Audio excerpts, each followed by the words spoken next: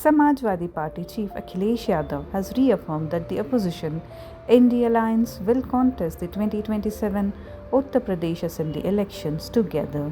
Speaking in Prayagraj, he declared that the PDA, an alliance of backwards Dalits and minorities, will defeat the BJP in this state.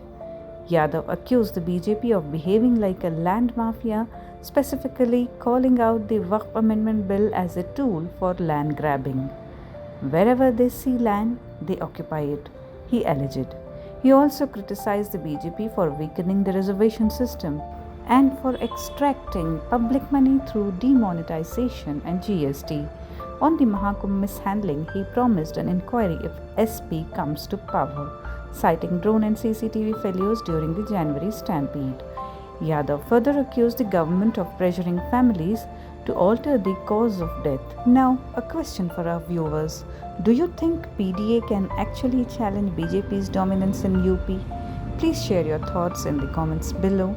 Don't forget to like, subscribe and share Salar Digital.